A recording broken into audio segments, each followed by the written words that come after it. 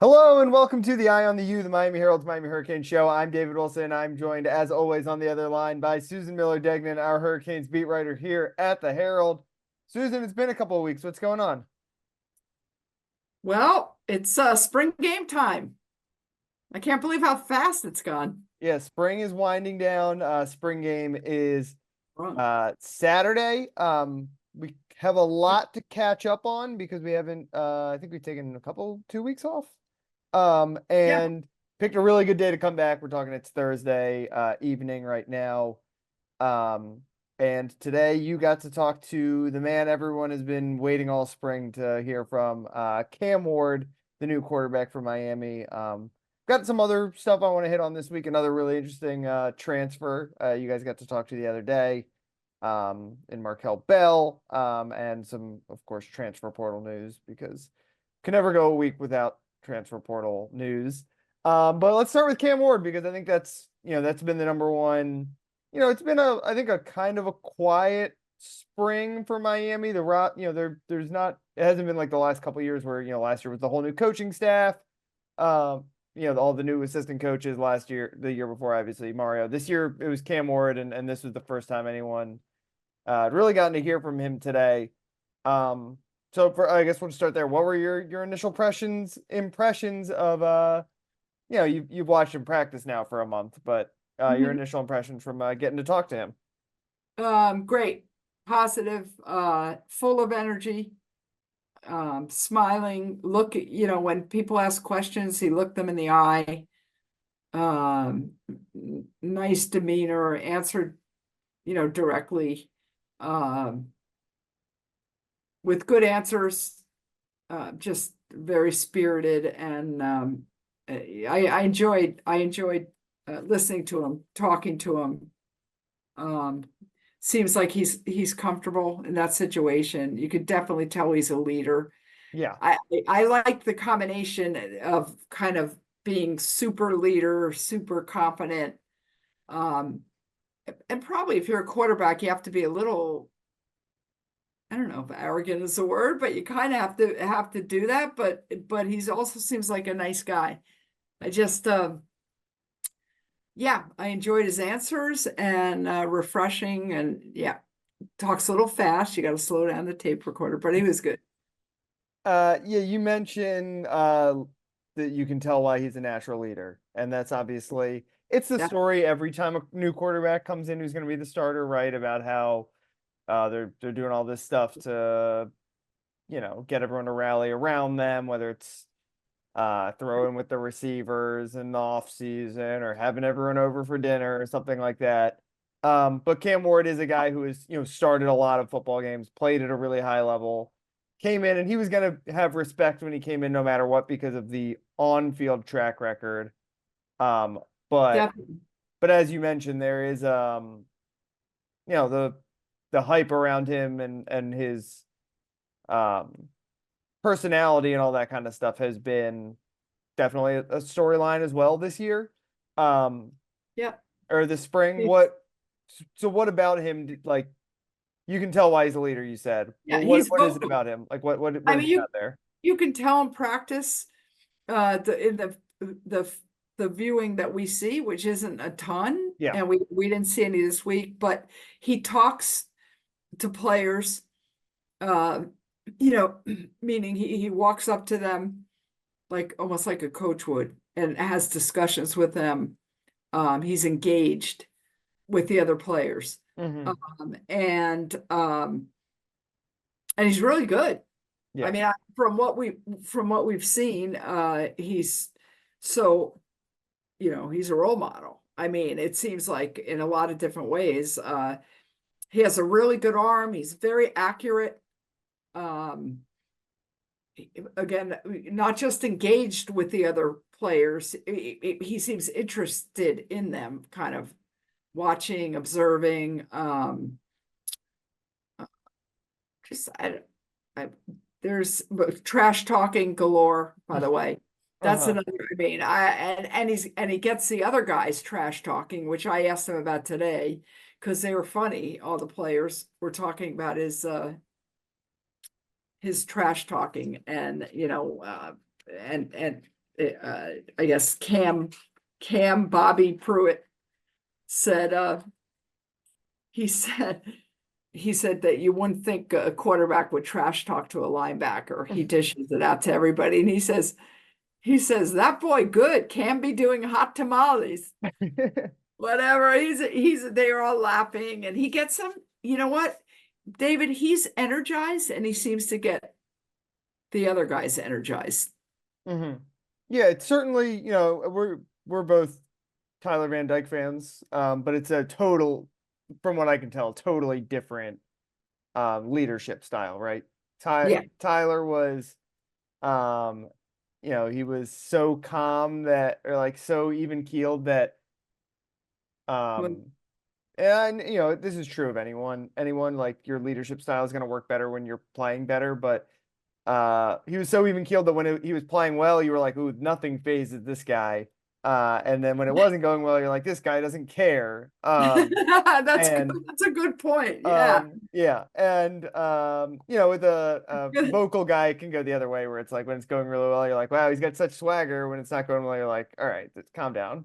But Yeah. it's But it's a totally different change of demeanor from what Miami had last year. And sometimes like that can alone be a good thing. Like every different leadership styles work well for everyone. Obviously, Tyler's leadership style worked well for the first couple of years of his career. But it's like the old thing where like when you have a player's coach and you fire the player's coach, usually the next coach you get is not a player's coach, right? It's like a little bit of a like an electric shock, a shock to the system, right? To go from a guy like Tyler who was so even keeled and calm to a guy like Cam who's like you said, just a vocal guy and getting everyone engaged in a different way. he is, that's all true. But what's interesting, one other thing about Cam is that he's also kind of calm. What I'm saying is he's calm. What I have a feeling when he plays, he's confident. Yeah. He has this calm confidence about him. Yeah, I don't mean to say he He's gets secure. frazzled or anything like that. Yeah. He's not the frazzle. I don't think so far. I haven't really seen him play on the field, so he doesn't seem like the type that gets frazzled. He kind of keeps it together and stays calm in that leadership kind of way. So that's really good so far. So good actually. Hmm. We haven't actually talked about his, we talked a lot about him on the field at the start of spring practice. Again, can't get that much out of watching spring practices, but you mentioned that you liked a lot of what you've seen from him just all spring long. What, Well, beyond that first week where he was just impressing everyone because he was kind of like the new flashy toy. What has he done to continue impressing you as Well, the he connect spring has gone? he has a great connection with Xavier Restrepo. Okay, that is That's important. continued. Yeah. Yeah, really important. And and today he mentioned Restrepo. I think he called him Strep. That's his nickname. The great connection they have, and how Strep kind of seems to beat out Mish Powell when we see them. Uh-huh. The transfer from Yeah. Washington. But that Mish, I don't know. It goes back and forth. He says a lot of times outside, I guess when we're not seeing them. He likes Mish Powell. And he said that he's still upset that he lost both games that he played against Washington State. So he goes Against extra Washington. Yeah. I'm sorry, yeah, Yes. against Washington. So he goes extra hard, I guess, when he's throwing to Xavier Restrepo, who's being guarded by Michelle Powell. So I can't remember. uh, Did you guys ever get to talk to Pal in the spring? yeah, he was great. Yeah. What did he? He He obviously was played against Cam Ward a lot confident. in huge rivalry games. What was his big takeaway on him? On Cam, Yeah, on Cam. um, positive. like everybody else. Yeah.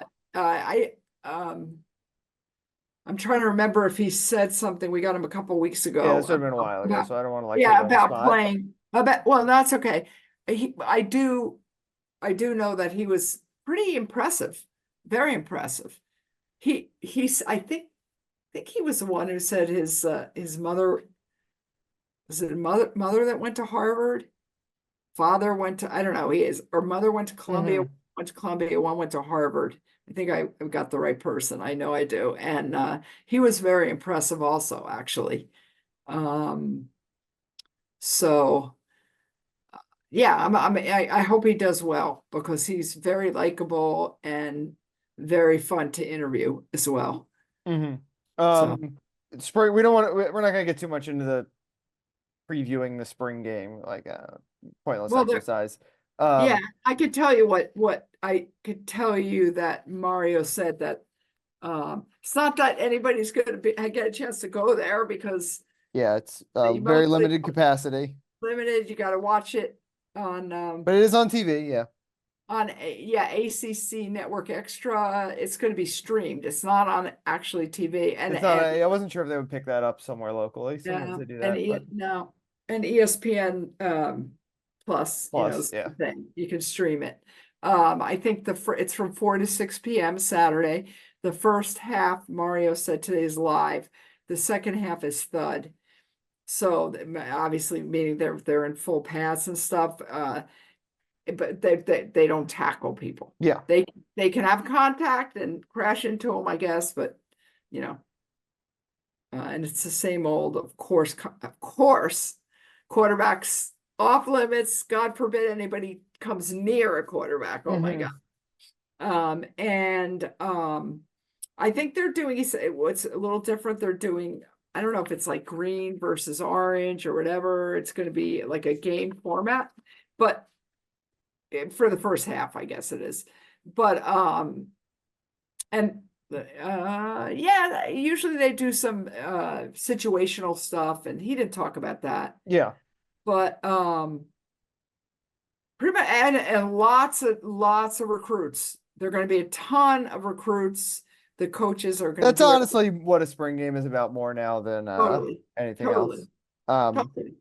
but Recruit, yeah. obviously it'll be the first like real live action that anyone's gonna get to see of Cam Ward in a Miami jersey. Like, I don't know, you looking for anything? You're interested to see anything in particular from Oh, him? Like you said, no hitting. and Um, Mario, come on. Mario said today. He said that he can't. He said, "Let's face it, we can't. It's on TV or it's being aired all over. You could, yeah, they're not gonna show that much. He said, "We're not. They're not going to say." He said, "You just can't do all the stuff you've been doing this spring." Right.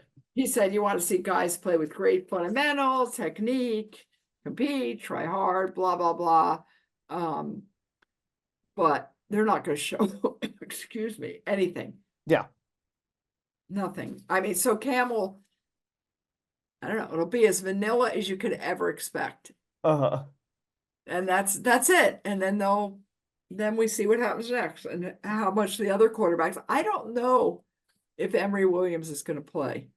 I have I have no idea because of that left arm, but he's Yeah. been practicing. Yeah. That would be a cool moment if you got to get in the game. It's gonna be obviously, like you said, a small crowd, but the spring game always is a pretty engaged crowd, but certainly an great engaged crowd. And he was he people obviously want to see him come back after the way his season ended last year. No, they do. And a man at pro day, he showed me his left arm, and there is a long scar, Yeah, I'm sure. several inches. So it's his humorous. I can't believe he's as back as Humorous. this. Not very funny though. What was that? Not very funny though. No, no. I still can't believe he's like back this fast that we're at the point Oh where we're like, God, oh, is he maybe gonna throw a that's little a bit in the spring game? that's a Kevin Degnan joke if I ever. Oh my God. Okay. Humorous Oh is your funny bone, right? That's yeah. if you Oh no. isn't well because if you hit it, you hit isn't the humorous like your forearm bone basically? No. Hit. Oh, it's not? It was No. this bone? I think Okay, it's like right here. gotcha. right here. Yeah, you got that wrong, but I like the joke. I'll look that Um, up after. We'll see. yeah. I also want to ask you, speaking of transfers, about Markel Bell, who has been kind of like my fascination this spring. Um, it's I think when Miami, I mean, he was a very big JUCO guy, very big. I think it was like the number one or two JUCO recruit, number one or two JUCO prospect in this They're class. very big, you said, right? Recruit. Yeah, Oh, you're doing it again.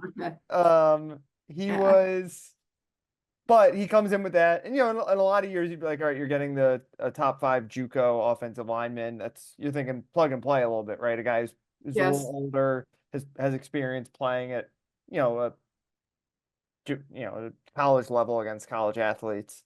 But Miami, they get him, and there's not a clear path to playing time for him right away, right? Because he's a tackle, right? There's not a lot of 6'8" guards running around in college football.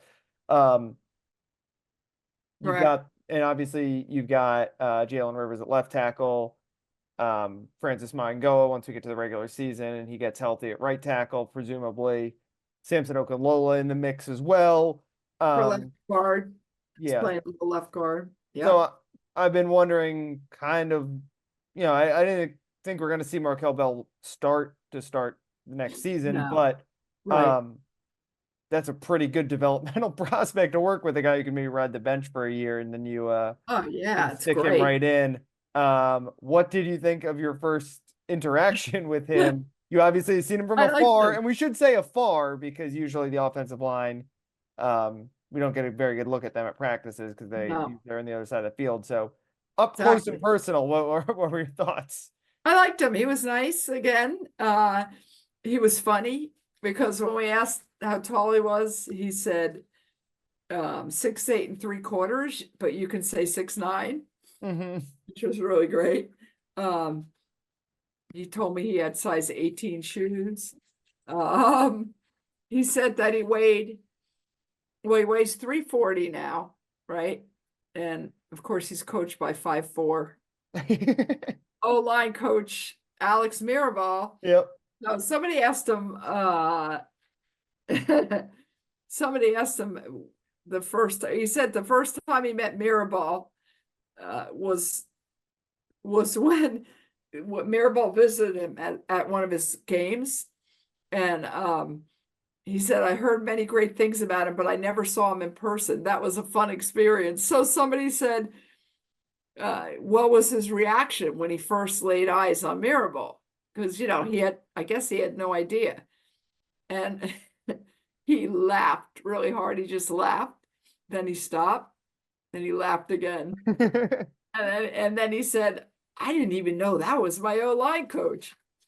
It was pretty funny. Yeah. But everybody loves Alex Mirabal. So um, he said he said that he started growing. He had it like a growth spurt, I think, after 8th grade. Yeah, no. Well, he played JV basketball. I want to say this in 9th and 10th grade. He was about 5'10" in 8th grade. So yes, after that, he said he shot up to 6'3", 6'4" over the next year or two. And then by the time he was a senior, he was up to 370 and 6'8". So I asked how big his parents were. Uh, not that large, relatively. Mom's 5'8", the father 6'3", but that's a nice height. Yeah, 6'3" But is still, pretty big. Yeah. that's But yeah, pretty 6'9" is pretty huge. that's pretty huge. He's huge, yeah. Uh-huh. And the So spring has been as you mentioned in you wrote about him this week. Obviously you'd love to have Francis Mauigoa out there. Only going to be a sophomore. Um, just when you're that age, every snap still matters in terms of development. But that injury has meant there's been more opportunities for Markel Bell than maybe we thought there was going to be this oh, spring. When they signed him back in December. for sure. And Francis had and we probably said this before, but double shoulder Right. surgery. So I mean that's a lot. Yeah. Yeah. They expect him back for the start of the regular season, but obviously double shoulder surgery, that's two injuries to Yeah, worry about. I think I think the line's going to be really good again. Yeah, You know, I've said it a bunch of times. Like the offensive line, like there's just certain schools or coaches where you just know they're gonna have a good, it's like Wisconsin, like you just know Wisconsin offensive line's gonna be good every single year. I think as long as Miami is Mario Cristobal, I'm gonna feel that way about them. Even year one, we've said a bunch of times, year one when it yeah, was, um, didn't have his, now they've got multiple 5-star recruits. They've had a bunch, they've gotten kind of handpicked transfers for years. Even in year one where Mario Cristobal was kind of like piecing it together with pieces from the year before, portal guy, I can't remember who they had, what that offensive line was. A freshman, Inez Cooper started a lot of games that year as kind of an unheralded freshman. And that line was not like incredible, but it was still good. And I think right. that's the floor essentially for what Miami's going to be. Yeah, 100%. And I Markel mean, Bell with that size, like I know they've gotten, Francis Mauigoa and Samson Okunlola in the last couple of years, but when you got a guy with that size, like that ceiling is almost higher than anything, right? Like obviously Francis and Samson, if they play the way, if they play up to their recruiting stature, they'll be first round picks. And, Francis could, on paper be a very, very high first round pick, but Markel Bell is the kind of guy who, with that frame, that athleticism, and clearly like something of a late bloomer. He's at a JUCO, so he's still kind of developing, I guess. He has a chance, I think, to be his ceiling is really, really high. I don't know if it's necessarily higher than a guy like Francis Mauigoa, but I don't think it's lower necessarily. right. I think Inez Cooper also is um, going to get even better. I think he's going to keep Mhm. improving. I think, yeah, Yeah, like I mean, the they're developmental guys are always gonna- those are the most always kind of the most interesting linemen to talk about and think about. Like Francis Mongo, it's like okay, he's really good. Like I don't have a whole lot else to say about his like background. He's been a big recruit the whole way through. A guy like Inez Cooper, obviously, we've talked about. oh, His was 400 pounds in high school. Markel Bell, like you said, shot up a foot in throughout his time in high school.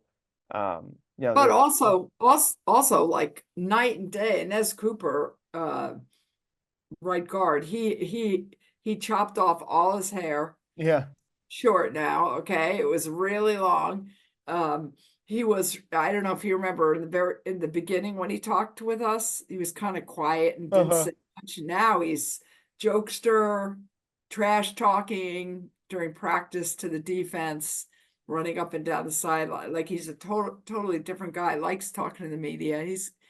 And I think uh he's going to be I think he's going to be as Mario would say, he's going to be a good one. Yeah. Yeah. Pretty much every offensive lineman. I still don't know a lot about Zach Carpenter just because I've been around in the spring, but Mhm. I mean, Yeah. everyone else is very like Jalen Rivers, who we haven't mentioned, just has been rock Oh, solid. he, Not the flashiest player like some of these other guys that we're talking about who have these like crazy physiques, but just been rock solid and Miami's best offensive lineman for the last couple of years. So I like everyone on that offensive line. yeah, me too. Before we close things out, big Miami portal entry this week, Nigel Kelly. What was your reaction to that? Seemed to surprise me, I guess, but I haven't been around as much, so I don't know if this was something that Yeah. didn't I no, catch you off guard quite as much. no. Well, it surprised me. He was injured a lot of last year, but he Yeah, did play, and he yeah, didn't. he started pretty much when he was healthy. Yeah, and but I don't think he was spectacular. I don't. Okay, he's a guy that was supposed to be spectacular. He He was was, it was committed. I can't remember. Did he but ever he commit to wasn't Oregon or it right. was between Miami and Oregon? Miami hired Mario. He was the big commit Miami got on Mario Cristobal's first signing day. Yeah, and Jason Taylor, remember, loved him. He Yep. was kind of like a personal project for him, and but I think there was some stuff going on. There was some stuff going on with him, possibly that I don't, that wasn't necessarily football. I don't know. There's all kinds of rumbling. So we'll see what happens with that. But I don't think I think there was more promise than results, and maybe Mhm. part of that was an injury, but Yeah, he was hurt a lot. But I yeah, it think was. yeah, I think there was I heard all different things. Some people said NIL related, and I don't know, being frustrated or whatever, but I don't know if that's true. So this NIL stuff, man, Yeah, it makes it it's definitely changed the complexion. nonstop. Yeah. Yeah, it's changed things. So, but I so I, like in the long run, I mean, I would have him down as a uh,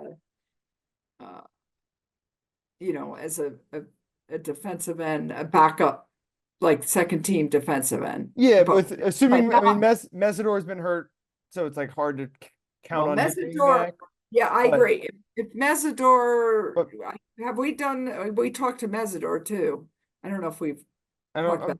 I don't think so. But Yeah, last week we talked to Mesidor. He's great, and he's a yeah, great player. yeah, he and Bain are healthy. Those are the two guys. It's Oh, hard for to sure. imagine they're not the cornerstones. If he gets his the special cleats, he was supposed to get special cleats. Oh yeah, Yeah, from that Nike made it, like actual cleat. There's something he had surgery on the bottom of both feet. He yeah. tore, and I, why the special cleats would come like after spring, I have no idea. But I mean, they have to make them for him. yeah, maybe he just wasn't ready or whatever. But if he could get back to the way he was, he's super Yeah, talented. he's really good. It's been a shame because he's been each of the last 2 years. It was like after a month or 6 weeks of the season, we were like, "Ooh, mate, like looks like an Yes, NFL guy." Miami's yes. found a great one, and it was never like a I one think last terrible year injury, right? It was never like he tore his you couldn't ACL tell, and you were like, "All right, it's over." Like bummer, but it right? was always like something kept lingering. He couldn't quite get healthy. I think 2 years ago he came back maybe at one point, and then From a foot. I think it was the yeah. same thing. So hopefully he can stay on the field for a full season because I mean Miami's they're I think they're fine at defensive line. They've done a good job recruiting there. Obviously Bain is as good a defensive player as there is in the conference. And yeah, that Barry Jackson wrote the story about Kelly hitting the portal, and he pointed out all three of the kind of gems of that first recruiting class are gone. It was him, Cyrus Moss, who was a highly ranked recruit, but definitely a project because he was so skinny. Oh, Um, so skinny. yeah, and just could never Yeah. put on the weight that he needed. And then Jaleel Skinner, the tight end, who had a couple good moments early on, but um, Yeah. never amounted to the type of game changer at that position that we thought. So um, those first recruiting classes are always they never seem to like quite pan out. It's always because it's always guys you're getting late, usually if you're a new coach or um those first recruiting classes are really tough. And even Miami got a couple guys. I mean, like Nigel Kelly, I think if could have been really good. Jaleel Skinner, like I said, had some good moments, and just hard to keep them all and develop them all in the way that you know the subsequent recruiting classes have worked out for Mario Cristobal. So Yeah. right now it looks like an outlier. Yeah, and now we'll see, right now we've got a lot of changes probably coming up. There are five players over the 85 limit Hmm. now. Yeah, I would So guess next week is going to be a busy week for portal activity. Not yeah, just in Miami, but I'm oh sure my, there are a lot of spring games this weekend, right? This is probably got to be a big oh yeah, weekend. yeah, So all over the country. I yeah, mean, coming and going. There's going to be a lot of news, a lot of yep. news. All right, I think we can close things out there. You can follow Susan on Twitter at @SMillerDegnan. She will be out at Cobb Stadium at the spring game on Saturday. With her and I don't know, a couple thousand of her closest friends. How many people fit in there? What's They're what's the they're anticipated saying attendance? There's, well, They're bringing in extra bleachers and stuff like that. well, yeah, yeah, and normally Cobb Stadium fits 500. But they said they're gonna put in, they're putting in a lot of bleachers and the capacity 5,000. Don't ask me. I don't, that's what they said. I don't know how that can be done, but whatever, that's Yeah. what they said. It'll be interesting to see how they pull that off because you know, I, you can turn that into a 5,000 person venue. That's a pretty nice feat, and it'd be nice to be able to do some stuff there on campus. yeah, yeah, this is true. So Yeah, even if there's no press box, that's for sure. you can follow me on Twitter at DBWilson2. We're at the end of spring, so we'll see where we go from here. But thanks as always for listening, and we will talk to you guys a little later.